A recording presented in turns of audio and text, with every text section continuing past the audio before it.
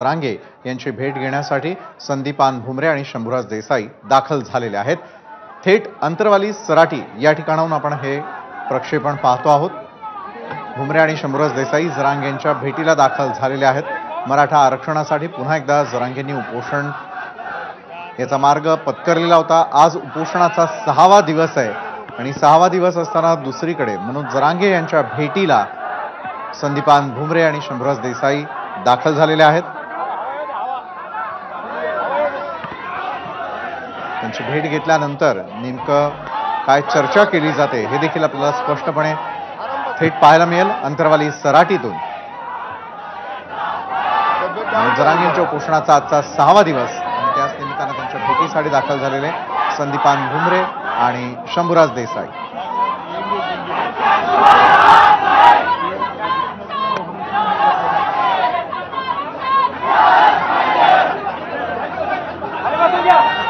मराठा आरक्षण मिळालंच पाहिजे या संदर्भातली घोषणाबाजी तिथे उपस्थित असलेले मनोज जरांगेंचे समर्थक करताना आपल्याला ऐकायला मिळतात।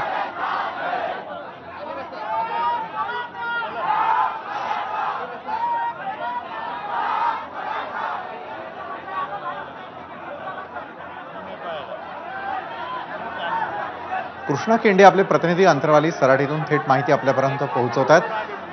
काय नेमकं त्या ठिकाणी सुरू आहे, घोषणाबाजी देखील ऐकायला मिळते। कृष्णा, सरकारचं शिष्टमंडळ अंतरवली सराटीमध्ये पोहोचलेलं आहे, ज्यामध्ये नवनिर्वाचित खासदार संदीपान भुमरे आणि शंभूराज देसाई यांच्यासह धाराशिवचे आमदार राणा हे देखील आहेत। अगदी काही वेळापूर्वीच ते या ठिकाणी पोहोचलेले आहेत। जरांगे पाटील हे देखील चर्चेसाठी त्यांच्याशी चर्चा करण्यासाठी आता उठून बसलेत आणि ते आता चर्चा करतील। खरं तर हे जे उपोषण आहे ते सुरू झाल्यानंतर सरकारच्या वतीनं 6व्या दिवशी हे पहिल्यांदा या ठिकाणी शिष्टमंडळ पाठवलेलं आहे आणि यामध्ये आता तोडगा निघतो का हे पाहणं महत्त्वाचं आहे, कारण की सगळे सोयरीच्या अंमलबजावणीसाठी जरांगे पाटील अडून बसलेले आहेत आणि ते त्यावरती ठाम आहेत। जोपर्यंत त्यांची मागणी पूर्ण होत नाही तोपर्यंत ते उपोषण मागे घेणार नाहीत असं त्यांनी म्हटलेलं आहे। आणि शिवाय जोपर्यंत मी उपोषणाला बसलेलो आहे तोपर्यंत सरकारचं ऐकेल, अन्यथा विधानसभा निवडणूक लढवेल अशा प्रकारचं वक्तव्य देखील त्यांनी काही वेळापूर्वी केलेलं होतं आणि त्यामुळे आता या चर्चेमधून काय तोडगा निघतो का हे पाहणं महत्त्वाचं आहे। शंभूराजे देसाई हे जरांगे पाटील यांच्याशी चर्चा करत आहेत। आज तरी या चर्चेनंतर काही तोडगा निघू शकेल असं वाटतं का? मनोज जरांगेंनी अनेक मागण्या केल्या, मात्र जोपर्यंत आता अंमलबजावणी होत नाही त्यासाठी उपोषणाचा हत्यार पुन्हा एकदा त्यांनी उपसलंय। कृष्णा, आता यामधून तोडगा निघतो का हे पाहणं महत्त्वाचं आहे, कारण चर्चेसाठी ते स्वतः तयार आहेत असं त्यांनी म्हटलेलं आहे। आता या चर्चेमधनं सरकारकडून काय आश्वासनं किंवा काय ठोस भूमिका शंभूराजे देसाई हे जरांगे पाटील यांच्यासमोर मांडतात त्यावर त्यांचं समाधान होतं का हे देखील पाहणं महत्त्वाचं आहे। मात्र सरकारच्या वतीनं ज्या काही भूमिका आहेत ते या ठिकाणी मनोज जरांगे पाटील यांच्यापर्यंत पोहोचवण्याचं काम या ठिकाणी शंभूराजे देसाई करतात। मात्र यात आता तोडगा निघतो का हे आपल्याला काही वेळानंतरच स्पष्ट होईल। बरोबर आहे, सरकारचं शिष्टमंडळ करायला चांगल्या भावनेनं जाऊ, लवकर करायचं म्हणून, तर समजा त्याला काय लिगली काय हे झालं असं बाबा तुम्ही हरकती मागवल्या नाही किंवा आलेल्या हरकतीवर निर्णय कळवला नाही, आपण ते पण काम दादा सुरू केलं। बरोबर आहे, काम सुरू केलं, जेवढ्या काय हरकती आल्या विभागाने केला। आता वेळ अशी आली की मागचे 2 महिने सगळ्या डिपार्टमेंटचा स्टाफ निवडणूक आयोगानं पुल ऑन केला निवडणुकीच्या कार्यक्रमाचा। म्हणजे आपल्या मंत्रालय आमच्या मंत्री कार्यालयातले सुद्धा अधिकारी निवडणूक कामासाठी त्यांनी, कर्मचारी, शिपाई सगळेच, क्लार्क लोक। आता आचारसंहिता काल 6 तारखेला संपली, परत सीएम साहेबांनी स्वतः सांगितलं की आचारसंहिता संपल्यानंतर जी काय राहिले स्क्रुटिनी करायची ताबडतोब करा। त्याचं पण काम सुरू केलं। मी इकडे यायच्या अगोदर बांगेला फोन केला मगाशी, बाबा तुमचं ते म्हणले ऑलरेडी आम्ही काम चालू केलंय। मी म्हणलं ज्यादा माणसं लागली इतर डिपार्टमेंटची माणसं घ्या आणि ते काम लवकर पूर्ण करा। आपण दादा सगळे सोयऱ्याचं करायचं नाही असं बिलकुल नाही, म्हणजे ते पूर्ण डोक्यातनं काढून टाका तुम्ही की सरकारची मानसिकता नाही, अजिबात तसं नाही। शब्द दिलाय ना साहेबांनी तुम्हाला, तुम्ही सुद्धा म्हणला बाबा शिंदे साहेबांच्यावर माझा विश्वास आहे। त्या माणसाने शब्द दिला तर काहीही झालं, रात्री मला 1 वाजता फोन करून सांगितलं की ते त्यांना पहिले जाऊन त्यांची गाडी घ्या, तब्येतीची काळजी पहिली करा आणि काही झालं तरी आपण हा प्रश्न 100% कायद्याच्या चौकटीत बसवून आणि कॉन्क्रीट झाला पाहिजे. उद्या काल दिवस साहेबांनी सांगितलं आम्ही इतर समाजाच्या नेत्यांशी पण बोलतो, त्यांचाही ह्याला विरोध व्हायला नको. कारण शेवटी हा हरकती ऑब्जेक्शन ही सगळे आल्यानंतर मंत्रिमंडळापुढे येणार. त्याच्यामध्ये जसा आपण 10% निर्णय एकमुखाने घेतला, कॅबिनेटमध्ये एक चर्चा सुद्धा झाली नाही. कॅबिनेटमध्ये विषय आला द्यायचे आरक्षण 10%, आपण 10% आरक्षण द्यायचा निर्णय घेतला. आता राहिला हा सगळे सोयऱ्यांचा. तर सगळे सोयऱ्यांसुद्धा ब्लड रिलेशन मधलीच आहेत, तुम्ही पण त्यांना मान्य आहे. रक्ताच्या नात्यामधली जी आहेत आणि आप जातीमध्ये विवाह झालेले, म्हणजे परजातीतले सोडून आपल्या जातीमध्ये विवाह झालेले, त्याच्यामध्ये आपण घ्यायचे. त्याच्यावरची आता ही टेक्निकल प्रोसिजर आहे. दादा कुठली सगळे सोयरे आमचं बोलणं होऊ द्या ना, मग लावा. सगळ्या सोयऱ्यांच्या बाबतीत ही टेक्निकल प्रोसिजर मी तुम्हाला सांगतो, ती सुद्धा आपण लवकर करू. वाटलं तर मी स्वतः आज इथून गेल्या उद्या स्वतः मंत्रिमंडळ उपसमितीचं आरक्षण, मराठा आरक्षण समितीचं स्वतः मी त्या अधिकाऱ्यांना बोलवतो. किती हरकती आल्यात, किती तुम्ही छाननी केल्यात, किती राहिलेल्या किती दिवस लागणार आहेत, तुमचा प्रारूप छाननी केलेलं अहवाल किती दिवसात येईल, टाइम बॉन्ड कार्यक्रम मी स्वतः गेल्या त्याची बैठक घेतो आणि लवकर करू आपण. तुम्हाला विनंती आहे, तसं असेल तुमचं जर म्हणणं असेल तर आपण त्याची स्वतंत्र बैठक मी लावेन, तुम्ही प्रतिनिधी पाठवा त्या बैठकीला. म्हणजे खरंच आम्ही काय करतोय का नाही तुमच्या लोकांनी येऊन बघू द्या. उद्या म्हटलं तर उद्या लावू बैठक माझ्याकडे.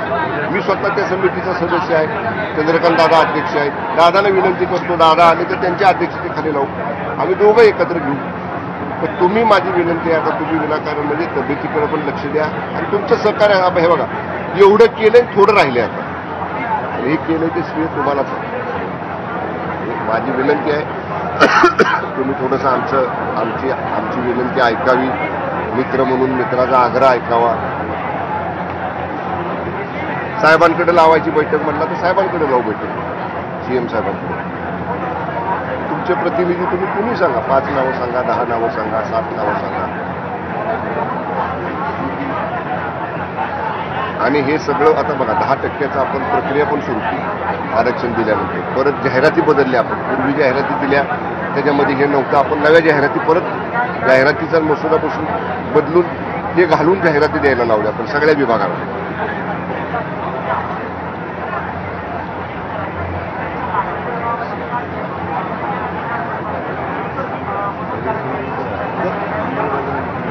आपल्याला नोटिफिकेशन काढावं लागेल ना, तिथे प्रारूप काढलं. प्रारूप त्याला कशी पद्धत असते दादा, एखादं अध्यादेश काढायचा तर त्याचं प्रारूप हे 2 महिने आपले ह्याच्यात गेले ना आता आचारसंहितेत, तेवढे 2 महिने तरी वाढवून द्या. जेवढा वेळ आचारसंहितेत गेला आपल्याला नाही लागत, सप्टेंबरला लागला.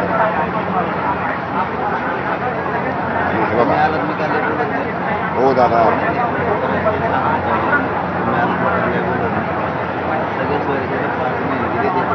दादा 2 महिने आपल्या आचारसंहितेत गेले का, हे तर तुम्हाला मान्य आहे. नाही हो, करायचं ना आपण. नाही हे बघा बिलकुल नाही. थोडा वेळ द्या आम्हाला. मी पहिल्यांदा आलोय तुमच्याकडे. थोडं तरी म्हणजे माझी विनंती आहे तुम्हाला. मग तुम्ही सांगा.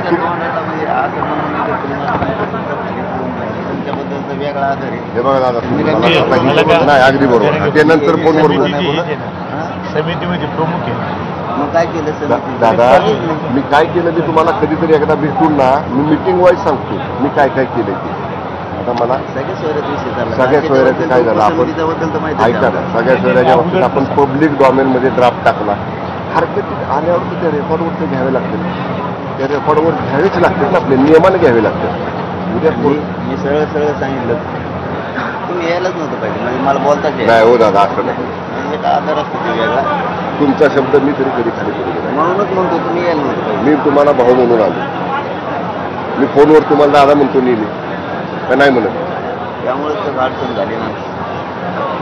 तर माझ्याकडे बघा, पहिल्यांदा आलो मी. 2 वर्ष 1.5 वर्ष आंदोलन चाललंय. दादा मी आलो का कधी? तुम्ही वेळ द्या, तुम्ही सांगा इतक्या वेळात द्या. मी तुम्हाला आत्ता सांगतो, लगेच आपण अधिकाऱ्यांना बोलू बाबा किती दिवस लागणार आहेत. उद्या पहिली बैठक तुम्ही 2 प्रतिनिधी पाठवा. उद्या बैठकीमध्ये आपण बार चार्ट आपले विषय सगळे सोयरे गिरीश महाजन साहेबाचं आपलं ठरलं होतं मराठा कुणबी एक कायदा 2004चा त्याच्यात दुरुस्ती करायची, पण त्याला आधार नाही. मी तुमच्या कानावर टाकून ठेवायला लागलो, त्यांना विचार वाटलं आधार लागेल तर 57 लाख नोंदीचा आधार मिळाला आपल्याला. 57 लाख नोंदीचा आधार मिळाला. केसेस आंतरवालीतल्या 8 मागे घेतलेलं. एक मिनिट मी फक्त लिहून घेतो ते ह्या मला विषय माहिती आहे. मराठी आणि कुणबीचा ना. मराठा आणि कुणबी एकच कायदा पारित करायला आधार पाहिजे होतं की 57 लाख नोंदी मराठा कुणबी असलेले मिळाले. मग आणखी किती कायदा पारित झाले, किती आधार लागतो.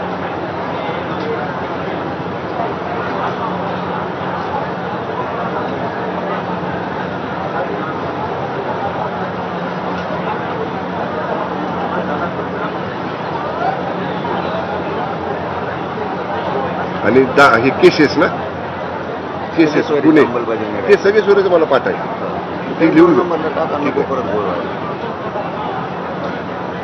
तो मुद्दा पाहिजे. सगळे सोयरीच मुद्दा पाहिजे, सगळे सोयरी.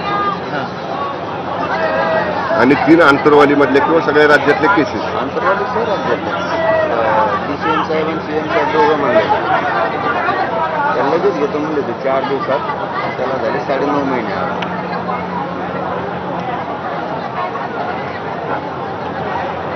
याचा निर्णय झाला ना बाबा, केलेत ना. मी सांगतो ना एक हा निर्णय मी झाला. सांगतो केसेसचं काय झालं दादा. सुधीर मुनगंटीवार साहेबाच्या आज राहिले राजशेख हैदराबादचे गॅजेट राहिले 4 नंबर.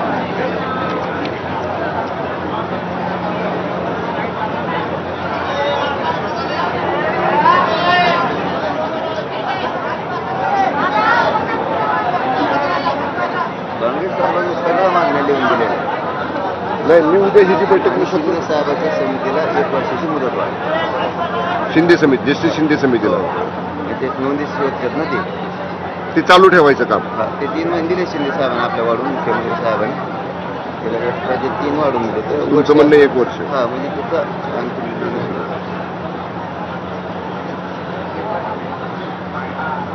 मी तुम्हाला केसेसचं सांगतो. सुधीर मुनगंटीवार साहेबांच्या अध्यक्षतेखाली एक कमिटी, त्या कमिटीवर सुद्धा मी आहे. हे गुन्हे मागं घ्यायचा. तर त्याच्यामध्ये 2च गोष्टी आहेत. 5 लाखापेक्षा जास्तीचं नुकसानाचा कायदा एक पूर्वी आपण केलेला आहे. 5 लाखापेक्षा जास्त मालमत्तेचं नुकसान असेल तर ती घेता येत नाही. आणि गंभीर इंजुरी म्हणजे सिरियस म्हणजे डोकं फोडलंय किंवा असं काय झालं तर त्याच्या 2-3 बैठका झाल्या. काही गुन्हे आपण मागं घेतलेत, फार घेतलेले असं नाही, काही राहिलेत. त्या सुद्धा बैठका 2 महिन्यात आचारसंहितेमुळे मग कुठल्याच मिटिंग आपल्याला घेता आल्या ती सुद्धा. आमच्या अंतरून घ्यायला आम्ही काय केलं, आम्हीच मार केलं. आमच्यावर 3 सत्तेस आम्हाला गोळ्या लागल्यात. आत्ता गोळ्यात पाया आवडतं घेतो म्हणजे त्याचा काय प्रॉब्लेम. आमच्यावरती खाली होतं आणि मार खाऊन अंतरवाली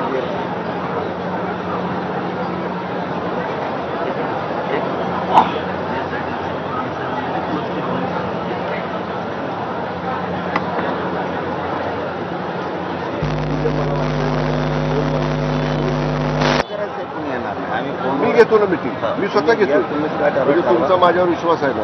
मी 100% मिटिंग घेतो. आम्हाला ह्या 30 जूनच्या आत सगळं क्लिअर करून द्या. सगळं आज दिवस किती राहतो सांगा ना. आज तारीख किती? 14. 15 दिवसात साहेब होणार नाही, पण 1 महिना तरी दिला पाहिजे. साहेब तुम्हाला माघारी लावायचं नाही आम्हाला. 1 महिना द्या. लेकरांचं वाटलं झालं मराठी दादा तुमच्यामुळे देणार बी नव्हतं. मामा काल काय म्हणलं होतं मला, मी 1 दिवस देणार नाही, पण तुमचं यादी पण येणार आहे हे आम्हाला माहित होतं. 15-20 दिवस जाणार आहे. 1 महिना माझी विनंती आहे. बघा मी कधी बोलणार नाही आणि मी दिलेला शब्द शिंदे साहेबाचाच मी कार्यकर्ता. आम्ही तुम्हाला साहेबांच्या तोंडाकडे बघून बोलायला सुद्धा साहेबाची जी सवय आहे ती साहेबांची सवय आम्हाला लागली सगळ्यांना.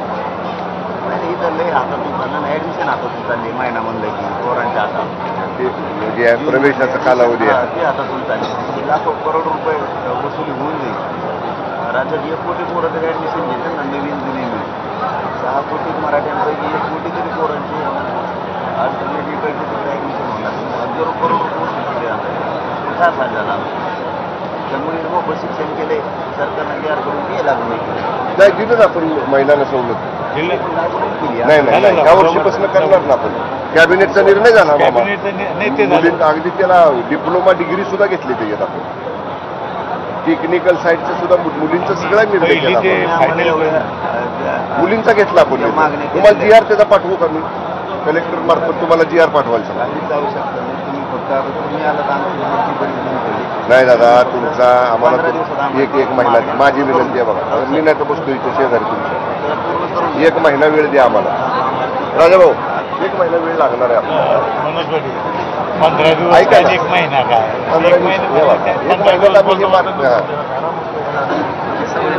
आपल्याला 15 दिवस बी मानतो 1 महिना.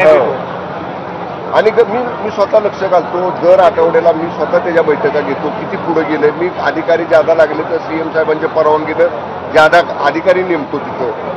नाही एक विनंती चालेल. मला नाही जायचं राजकारण. मी त्यासाठी मरमर जायचं. माझ्या समाजाला बी मला यायचं.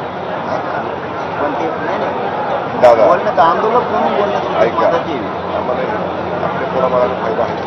मला वाटतं नको मला तिकडे जायचं म्हणून मी येऊ कसं करू नका. तुमची गरज आहे दादा सगळ्यांना. मला तिकडे जायचं. परवाले तब्येत बेकार. हा ना, ते सुद्धा चेहरा बघितला साहेबांची मनापासून इच्छा आहे. CM साहेबांची मनापासून इच्छा आहे. जावं लागतं. मी हे बरोबर सांगतो नाविला जर नाही जात मला तिकडे वळायला लागतं. आणि मला समाजात तिकडे वळायचं नाही. सगळं खोटे आम्ही विनंती सांगतो. मला तिकडे नाही जायचं. नाही गेलं की तिकडे गेल्याशिवाय पर्याय नाही. महिन्याभरात होईल का त्याची? महिन्याभरात हा होईल. करू प्रयत्न आपण लवकरात म्हणजे महिन्यापर्यंत 100%. माहीत आहे आपल्या पोराला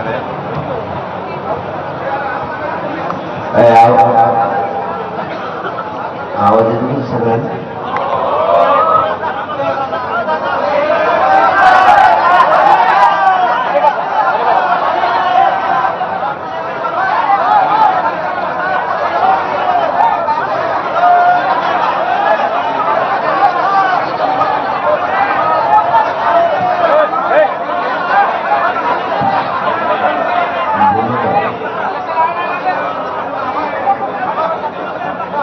अरे मग आवाज नाही सर्व आवाज येईल तुम्हाला. आपल्या शंभूराजे देसाई साहेब आले तर सरकारच्या वतीने मामा पण साहेब पण राणा साहेब नायकाला वय आणि त्याच्या भाषांना सरकारच्या वतीनं शिष्टमंडळ आले. आपल्या ज्या सगळ्या मागण्या सगळे सोयींची अंमलबजावणी ती तातडीनं करा म्हणून आपण उपोषण सुरू केलं. राजेसाहेब तुम्हाला बोलताना एक सांगायचं राहिलं. सगळे सोयरीची जी व्याख्या आहे ती आम्ही दिलेल्या व्याख्याप्रमाणे सगळे सोयरीची व्याख्या असली पाहिजे. आणि ही त्यावेळेस दीपक केसरकर साहेब आणि सचिव होते जवळपास 15 ते 16 आणि CM साहेबांना विश्वासात घेऊन ते हा म्हणले. त्याच्या आधी पण त्याच्यानंतर पण काही अधिकारी जाणून बुजून करते त्यामुळे समाजाला फटका बसायला नको ते सांगायला राहिलं होतं. आम्ही दिलेल्या व्याख्याप्रमाणे घ्या. आपले भाऊ आपले अशी चर्चा झाली आपल्या साहेबासोबत की सगळे स्वरीचं अंमलबजावणी. दुसरं मराठा आणि कुणबी एकच आहे. याच व्यासपीठावर गिरीश महाजन साहेब आले होते. त्यांनी सांगितलं होतं आपल्याला आधार लागतो कायदा पारित करायला. तर आता 57 लाख ते 63 लाख नोंदीचा आधार मिळाला. आता मराठा आणि कुणबी एक कायदा पारित करायला अडचण नाही. 2 सांगितले तुम्ही. तिसरा हैदराबादचं गॅजेट. कारण पूर्ण मराठवाडा हा पूर्वी कुणबी म्हणून असलेल्या त्या शासनाजवळ नोंदी आहे. त्यावेळेस शासक निजाम होता. निजामाकडं कारण आपला शासक हे त्यावेळेस ते शासक हे होते. त्याच्यात मराठवाड्यात पुरा मराठा समाज हा कुणबी. तर ते गॅजेट लागू करावं. सातारा संस्थांचा सुद्धा गॅजेट आहे. त्यामुळे गोरगरिबांचं तिकडे कल्याण होईल आणि बॉम्बे गव्हर्नमेंटचं. हे 3 विषय सांगितले आणि राजसाहेबांसोबत या 3 विषयात चर्चा झाली. चौथा, आपल्या अंतर्वाली सर राज्यातले सगळे गुन्हे मागं घेण्याबाबतची प्रक्रिया नुसती सुरू आहे. ते फक्त म्हणजे प्रक्रिया सुरू आहे. प्रक्रिया सुरू आहे का नाही माहीत नाही, पण आता राजेसाहेब आले, थोडे शब्दाला वेगळे आहेत म्हणून बोलायला लागलो नाही. तुम्हाला माहिती मी कोणाची कडवडीत नाही, कारण मी कोणालाच मोजीत नाही, त्यामुळे मी बळच कडले वडील. पण राजेसाहेब थोडंसं बोलले तर करते भाऊ. मला 5-7 अनुभव येतो. जरी फोन करायला सांगितलं विद्यार्थ्याचं असं असं आहे तेवढं करायला लागलं, राजेसाहेब तातडीनं वैयक्तिक कामाला लवकर करून घेते. ते नाही करत, ते आले म्हणून पण ते आहे ते आहे. मध्ये 2-4 न्यायाधीशाचा विषय होता आपला, ते सुद्धा होत नव्हतं 5-6 वर्ष. ते त्यांनी केलं म्हणून ते आले, त्यांच्यासमोर विषय मांडले. आता केसीच्या बद्दलच सांगितलं. आपला 5वा मुद्दा होता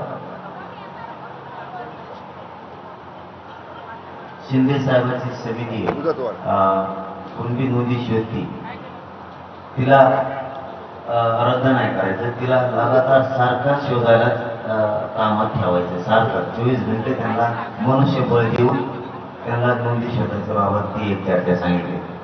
आणि बाकीचे तर दिलेलेच आहेत आपण त्याच्याकडे. ते झालेलं थांबरे मला कॉपी काढून द्या, नाही तर मला व्हॉट्सअप करा.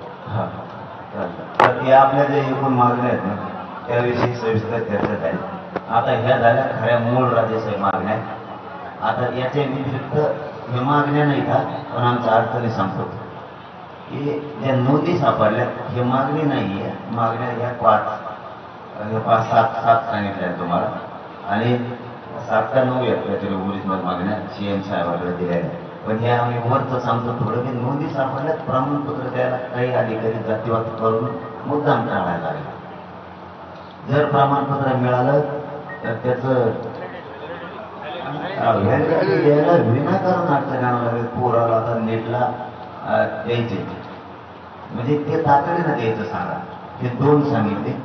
आणि तिसरं असं की काही पोरांनी ACBCतून EWS मधून फॉर्म भरलेले. जर ECBCतून EWS मधून जर ECBC द्यायचं असलं की आता दिलं 10% आरक्षण त्यांना पोरांना, तर EWS मधून ECBC देता येते किंवा ECBCतून त्यांना केंद्रासाठी EWS मध्ये जाता येते. पण ज्या पोराजवळ कुणबी प्रमाणपत्र आता निघाले त्याला त्या दोन्ही सोडून OBC देता येईल. म्हणजे ते पुरं केलं नाही. जसं EWS आणि ECBCसाठी पुरं केलं एकमेकात जाया, तसं याच्याकडे ऑलरेडीच कुणबीचं प्रमाणपत्र आहे. हे म्हणजे अजिबात चालत नाही. तर ते सांगत नाही. मग राज्य सरकारच्या एखाद्या सचिवांना आम्हाला तसे आदेश द्यायला पाहिजे. कुणाला जी संस्था असते त्या संस्थेच्या चेअरमनला किंवा MDला, मग ते लोकसेवा आयोग असो किंवा सारथी असो, जे काय काय असतील त्यांच्या राज्य सरकारकडून लागतात. म्हणजे हे तुम्ही प्रमाणपत्र दिले कुणबीचे, ते ग्राह्य धरावं, तुम्हीच दिलंय आणि त्याला ते घेता येणार नाही. इकडे आता येऊन देणार EWS मधून आणि ECBCतून अलीकडे येऊ देणार त्याला. तर ती मार्ग तेवढा एक खुला करा. म्हणजे हे जनरल आम्ही तुम्हाला फोनवर बी सांगतो की जनरल मधला होता, पण ते ऍडमिशनमुळे पोराचं लय गरजेचं आहे. ते होईल फोनवर सांगू आपण त्यांना. तर आपल्या ज्या मागण्या तुम्हाला भाव पाहिल्या सांगितल्या, याच्यात माझं म्हणणं आहे तुम्हाला 5 महिने आम्ही वेळ दिलेला आहे. 2 महिने दादा आचारसंहितेत गेले. हा त्यातले 2 महिने समजा आचारसंहितेत गेले, नाहीतरी अधिकारी काय तुटून पडतच नाही. तर त्यांना कासरा कावा लागतो असं. तुम्ही आल्यामुळे तर आम्ही आता आणखी गेले. बरोबर तुम्हाला माझी कामाची पद्धत सकाळी मी मला जेव्हा कळा तेव्हा मी म्हणलं त्यांना कॅन्सर होतात बघा, कॅन्सर होतात बघा, त्यांना विचारतो मी त्यांना. कारण मला काय राहायचं माझ्या पोटात आणि तोंडात असं नाही. मी जातीसाठी पुरा येणार आहे. मी मराठी सुद्धा घेत नाही माझ्या जातीसाठी. मला मी नाही ऐकून घेत. तुम्ही आले आमच्या आणखीन अडचणी झाल्या. तर आपल्या ह्या विषयात राजेसाहेब चर्चा झाली सगळ्या विषयात. मी 1 दिवस सुद्धा द्यायचं कारण असं नव्हतं. 2 महिने होती, 1 महिना तरी करा.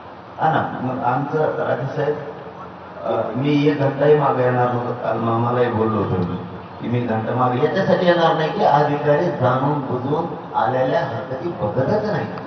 मग हे मुद्दा वेळ मारून येणार बदनाम सरकार दादा त्याची नियमावली भावना समजून घ्या. नियमावली करू आपण. आम्ही सरकारकडून बोललो साहेब, त्याची नियमावली करू. आम्ही सरकारकडून बोलायलो बदनाम सरकार व्हायचं अधिकारी काम करत नाही. मग आम्ही अधिकाऱ्यांना नाव नाही ठेवणार तर सरकारला ठेवणार, ही जनतेचा दोष नाहीये. म्हणून 5 महिने वेळ दिला नुसत्या वाशीपासून आत्तापर्यंत. मुंबईत आपण वाशीत गेलो तेव्हापासून आत्तापर्यंत आमच्या नजरेत आम्ही 5 महिने दिले तरी काहीच झालं नाही. मग समाजात असा गैरसमज गेला की हे देत नाही.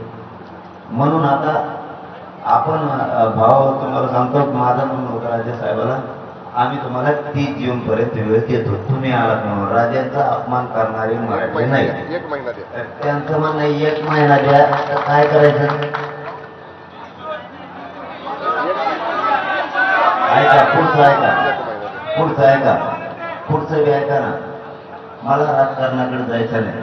राजेसाहेब ही जनता तुमची आहे, ही दुसऱ्याची नाहीये. मला राजकारणात जायचं नाही, माझ्या समाजाला सुद्धा जायचं नाही. आमचा राजकारण उद्देश नाहीये. आमचं सगळ्यांचं ध्येय मराठ्यांच्या गोरगरिबाचे लेकर मोठे करायचे, त्यांना आरक्षण द्यायचं, याच्यासाठी आम्ही हा लढा उभा केला, राजकारणासाठी नाही. पण तुमच्या साक्षीनं आणि लोकांच्या साक्षीनं सांगतो, लोकांचा शब्द डावलून जर 1 महिन्याच्या आत जर आम्हाला नाही दिलं तर निवडणुकीत आम्ही उतरणार, मग तुम्हाला बोलू.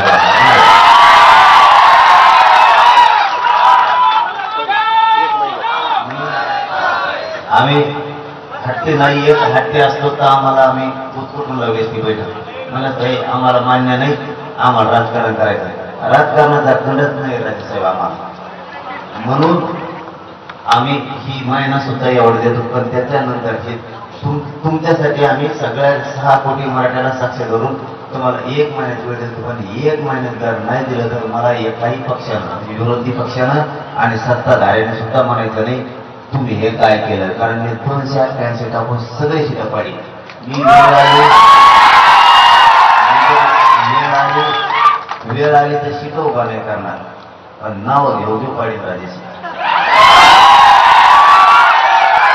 माझा 33 जीव फक्त माझ्या लेकरासाठी तुटतोय आणि तुमच्यावर मात्र शिंदे साहेब इतकाच विश्वास टाकला नाही. त्यांच्यापेक्षा दुप्पट, त्यांच्यापेक्षा दुप्पट. नाही तर मी सध्या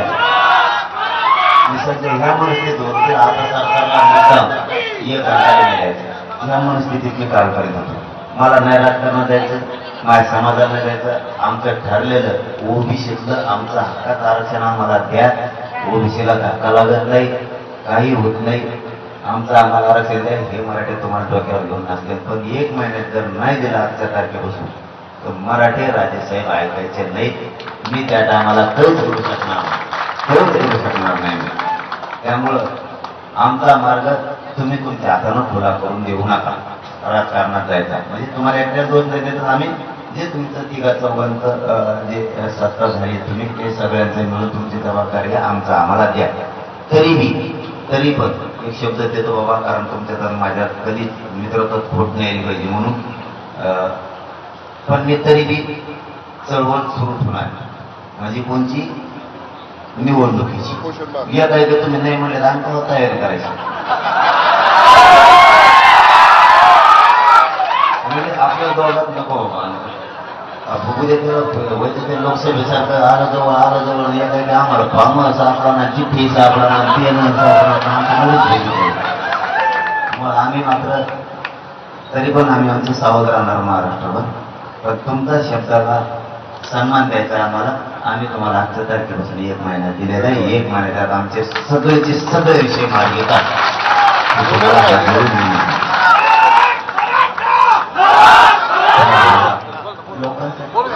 राजेसाहेब बोलते.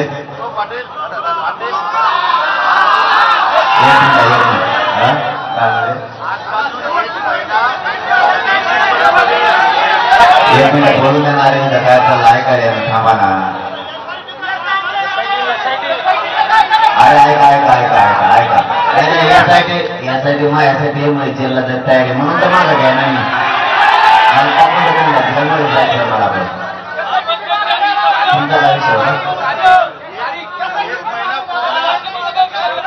थांबा रे. ऐकू द्या ना 1 मिनिट. 1 महिना आजच्यापासून 30 जून नाही आजपासून 1 महिना दिला आम्ही, म्हणजे आता आजची तारीख आहे 13 जुलै. 14 जुलैला 1 सेकंदाचा ऐकणार नाही. राजेसाहेब शब्द मला तरी शक्यता माहिती खाली जाणार नाही. तिकडे काही करतील ते खाली जाणार नाही मला आलेल्या अनुभवात. आता मी आता सांगितलंय, पण आता त्यांना जर दुसऱ्यांनी करून नाही दिलं तर त्यांना तर काय दोष द्यायचा, त्यांना सण पाडून टाकू मग सगळे. सरकारने करूनच नाही दिलं. थांबावा तुम्हाला मत आहे. आता राजेसाहेब 2 शब्द बोलते. शेवटी राजेसाहेबांचा सन्मान करा. ते आज आपल्याकडे पाहुणे म्हणून आले.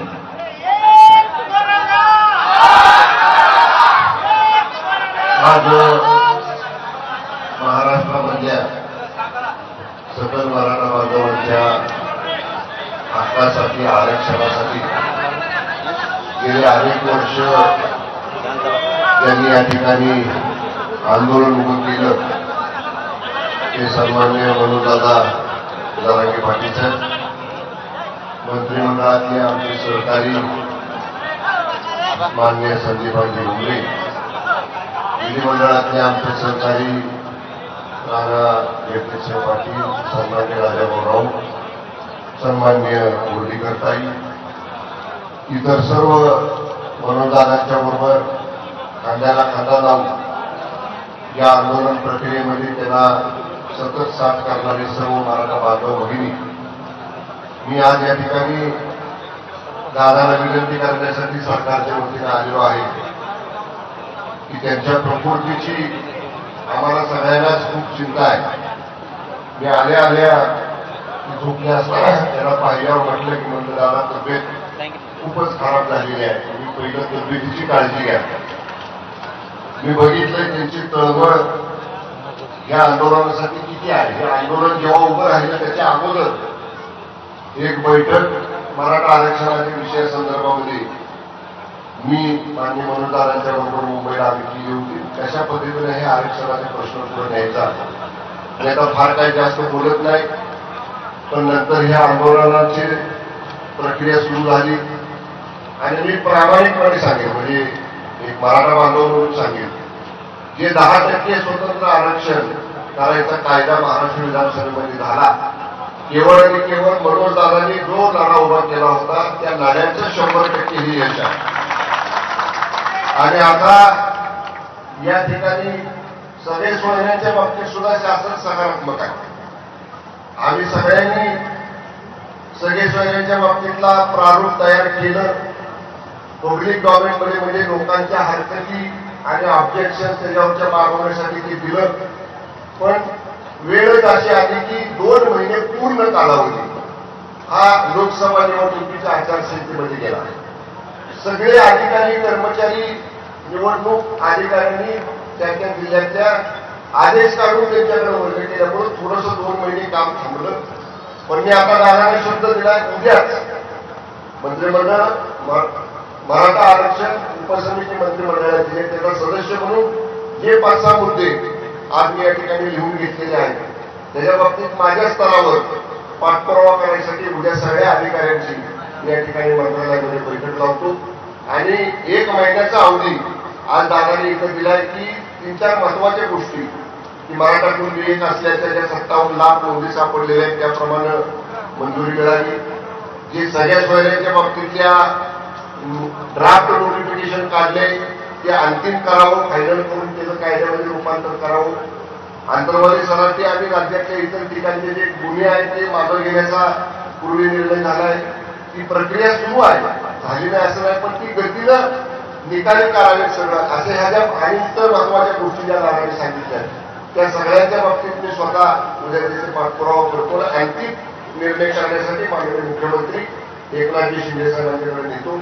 माझी दादांना विनंती आहे की एवढ्या लाखो लोकांच्या समोर सरकारचा मंत्री म्हणून मी आपल्या साक्षीनं, छत्रपती शिवाजी महाराजांच्या साक्षीनं ज्या ज्या गोष्टी इथं मान्य केलेल्या आहेत त्याची पूर्तता करणं ही राज्य सरकारचा मंत्री म्हणून माझी कर्तव्य आहे, माझी जबाबदारी आहे.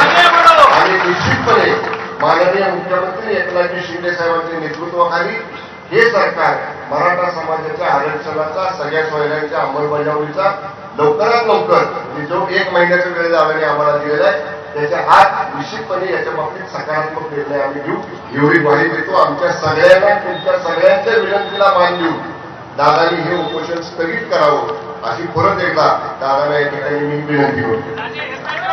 एसआयटीच्या बाबतीत माझं थेट मुख्यमंत्री महोदयांशी बोलणं झालेलं नाही, परंतु आमदार राजेंद्र राऊसाहेब जिथं आहेत ते म्हटले की फडणवीस साहेबांचं त्यांचं बोलणं झालेलं आहे आणि दादांचं पण मला वाटतं फडणवीस साहेबांचं बोलणं करायचं त्याच्यात सुद्धा तुम्हाला बोलले त्याच्यातला सुद्धा निर्णय लवकरच आपण या ठिकाणी घेणार आहे.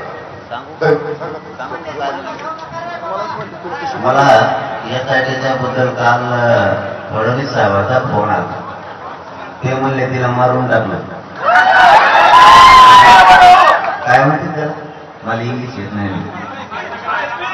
हा ते करून टाकलं मारून टाकलं म्हणले त्याला यासाठी कार्यक्रम लावला बंद पाडून टाकले म्हणजे बंद पाडली म्हणले काल. मग आता पाडली का नाही माहित नाही पण ते रावसाहेबांच्या फोनवर फोन आला. रावसाहेब म्हणजे हे राजेंद्र आमदार रावसाहेब त्यांचा फोनवर आला ते काम करून टाकलं म्हणजे तिथं. मग आता ऐका नाही पण तुम्ही काळजी करीत जाऊ नका यार पोरं जाऊ द्या ते यासाठी त्यांना मला मध्ये टाकायचं ना मला जायचं बोगस मध्ये काय. आणि आणखीन एक बोलता बोलता राजेसाहेब राहून गेलं याच्यासाठी महत्वाचा आहे ते विषय की हे आंदोलन 10 महिन्याला सुरू आहे. याच्यात जर मी पहिल्यापासून सांगतोय पण आज लय जबाबदारीने सांगतोय माझ्या मराठा समाजाच्या समोर या आंदोलनात जर कोणी तुमच्याकडून म्हणजे सरकारकडून कामं घेतली असली कोणी पैसे घेतले असले नाव सांगून का व्हायना मग मी का असताना त्यात मला तेवढी यादी द्या.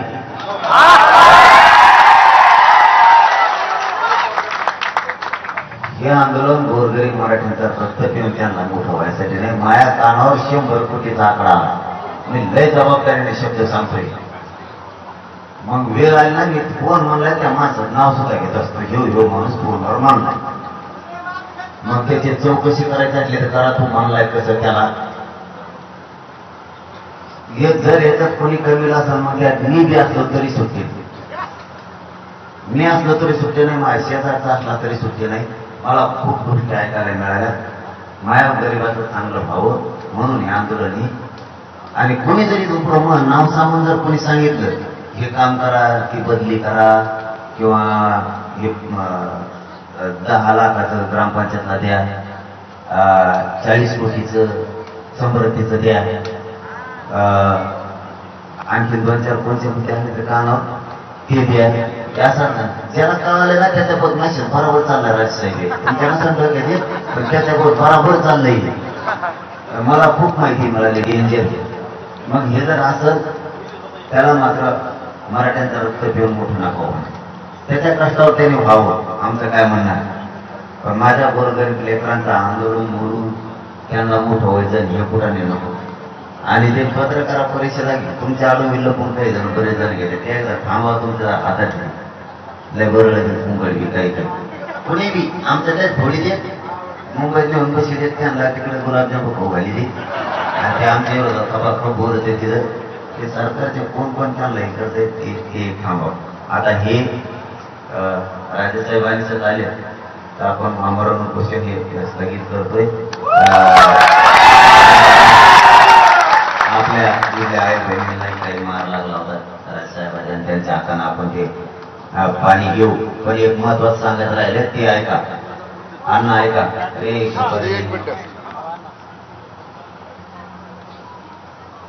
आता शक्यतो मला असं वाटतं हे आंदोलन आपण एक कमी याच्यात करावं.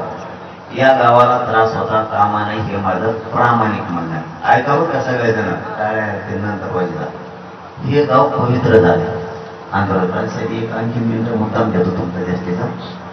हे गाव पवित्र मानलं जात आहे मराठा समाजात राज्यात.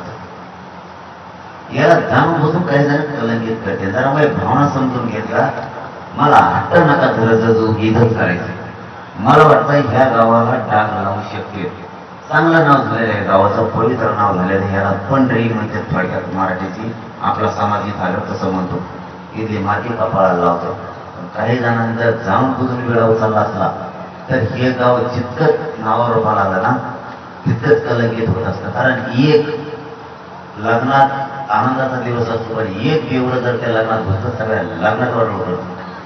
तसं हे गाव पवित्र झालेलं आहे. एका खुशीत माणसानं जर ठरवलं की आडत चालायचं तर आडत चालून ते कार्यक्रम होत असतो. मला वाटतं हे व्यासपीठ आता एकतर ह्या सभागृहात ठेवावं, नाही तर आमचे बापूची तिथं बोळे ते बोळे ठेवावं तिथं. इकडचे वर्दळ सुद्धा कमी करावी. या गावात त्रास होता कामा नये. कारण त्रास नाही झाला तरी त्रास होईल असं घडून आणून जातीय तेढ निर्माण करायचे प्रकार या गावात होणार आहे.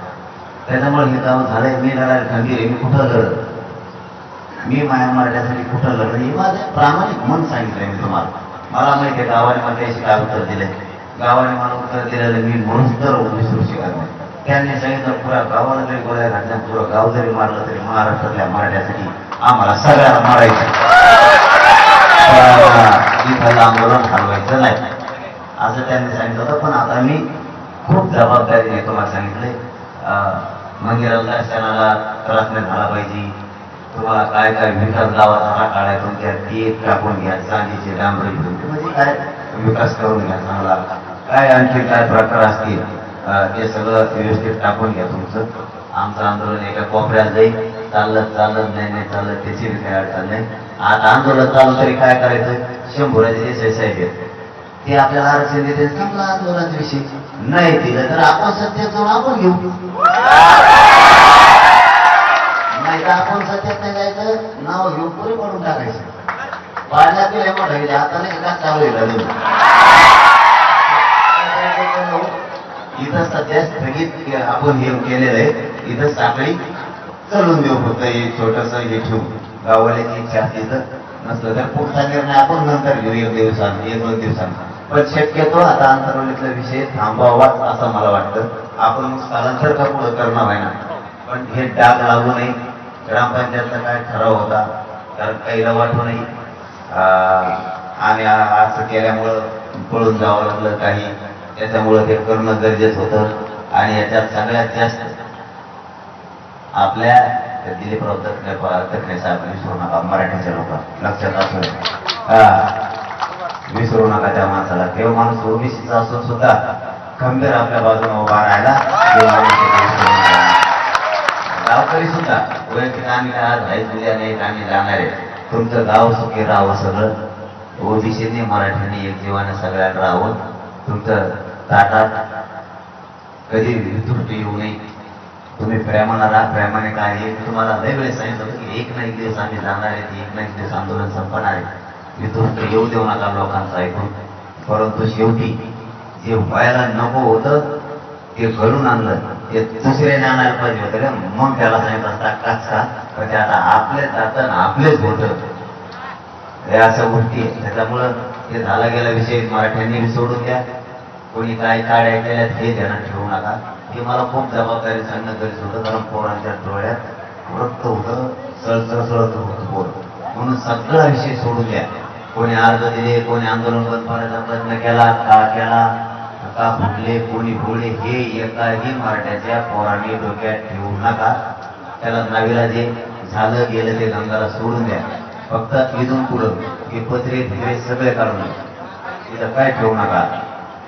आता दोनच ठरलंय आपलं, कारण ह्या गावाला त्रास करणार आहेत मुद्दाम. म्हणून मी जाहीर सांगून टाकतो ते मुद्दाम घडून आणणार आहेत. त्या गावात जाते, त्या गावाला निवेदन द्यायला होते, त्या गावाला जाते, त्या गावाला निवेदन द्यायला होते. म्हणजे या गावाचं पावित्र्य जाऊन याच्या मागचे मागते येऊन द्यायचे. शेवटी गावाचा निर्णय, तुमचा काय निर्णय असेल ते तुम्ही घ्या. ते ठराव पण फक्त या आंदोलन आणि या उपोषणापुरताच होता. इथून पुढे त्याचा काही संबंध नसणार आहे. गावातल्या 900 950 मराठा आणि ओबीसींनी मिळून सह्या दिल्या होत्या की आंदोलन इथंच होणार आहे, बंद नाही होणार. त्यांचंही मनापासून कौतुक करतो. ज्यांनी सह्या दिल्या होत्या त्यांचं सगळ्यांचं आणि ठरावाच्या सगळ्या मेंबरचं पण. आता मात्र हे इथं काय करायचं, विकास काय करायचंय, तुमचं काम चालू द्या. कारण आंतरवाडीत पूर्वी येणं जाणं राहू द्या. कारण आपल्याला पुढचे 2 कामं करायचे. मला तर 99% सांगतो, राजेश साहेब पडल्यामुळे हे आरक्षण मिळालं. आता आंदोलन सुरू राहिले का नाही राहिले, नाही पडले तर मला तिथून पुढं बंद करणं हे तरी आंदोलन खरंच नाहीये. कारण तुम्ही सगळे मला तिकडं जोडीत राजकारणात त्याच्यामुळे तिकडची फाईट करणंच इथं होता होणारच होतं. त्यापेक्षा आपलं इथलं आंदोलन दुसरीकडे स्थलांतर करायचं का काय करायचं तर नंतर बघू आपण. नंतरचा तो वेगळा विषय, तो आजचा विषय नाही. की गावकरी गावकरी बसते. फक्त एकच, या गावातल्या सगळ्या ओबीसींनी मराठ्यांनी 10 महिने खंबीर साथ दिलेली, त्यांचा मनापासून आभार. एकमेकाचे दुरावे सोडून द्या. विभागात तुमचे दुरावले असतील ते सोडून द्या. कोणाचं मन किंवा मतभेद झाले असतील तर ते सोडून द्या मोठ्या मनानं. आणि एक जीवन आपण शेजारी पाजारीत, एकमेकाच्या शिवाचे, एकमेकाच्या बांधावर आपल्या जायचंय, एकमेकाच्या पैपलेने आपले जायच्यात. तुम्ही जरी आमच्या विरोधात अर्ज दिला आंदोलन बंद करावं म्हणून, तरी तुमच्या पैपलेने आमच्या वावरातून येत तरी आम्ही काढे आणि त्याने आम्ही कलेक्टरला सांगून म्हणलं असं की उंचच भोगावर सगळे इथं. आम्ही तसे वागणारे मराठी नाहीत. त्याच्यामुळं आपण मतभेद सगळ्यांनी सोडून द्या, सगळे विषय सोडून द्या. पुण्या गोविंदानं जसा दिवाळीचा सण असतो तसं अंतरवालीतल्या सगळ्या बांधवांना प्रेमाने इथून पुढं वागावं ही विनंती करतो सगळ्यांना. आणि मनापासून आभार. शंभूराजे देसाई साहेबांचे खूप खूप आभार. आपण आता राजे म्हणजे हा उपोषण आज स्थगित केलंय. मात्र ते रेग्युलर सगळं उपोषणांना पलीकडे सुरू आहे. आणि मला वाटतं उद्यापासून कीर्तन सुद्धा सगळे बंद करावे उद्यापासून. कारण कीर्तनाचा काही जणांना खूप त्रास होतोय. नीटला पोरं शिकत येत पुढं. आता त्यांचे काही आता नीट न्यायची तरी शिकत येत. ते म्हणले वडदळे जाता येत आणि शाळेत जाताना गाड्या आणि सण सुरू नये तरी ते कोणत्या लेकर आवडत होते कोणाला माहीत. ते तेवढंच नाही तरी पण तेवढं म्हणत होते. त्यामुळे ते सोडून दिला आता आम्ही सगळ्यांनी. आजपासून आमच्या मनात गावातल्या एकाही माणसाविषयी द्वेष भावना नाही. परिसरातल्या एकाही माणसाविषयी आमच्या मनात अजिबात राग नाही. आजपासून ओबीसी मराठा हा वाद राजेसाहेबांसमोर सांगतो आमच्या डोक्यातून पूर्ण आजपासून निघा. त्यांनी सोडून द्यावा सगळ्यांनी. धन्यवाद.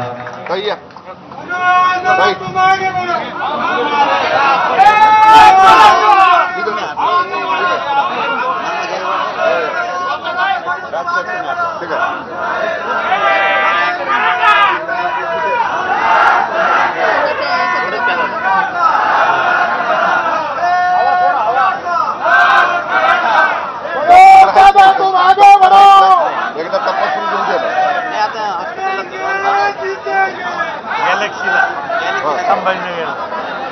सांगितलंय तिथं सांगितलंय सांगायला पाहिजे.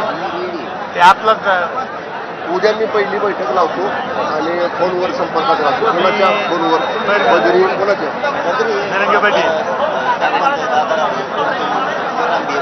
माझा नंबर आहे तुमच्याकडे. दोघा तिघांना माझा नंबर देऊन ठेवा. आहे ना.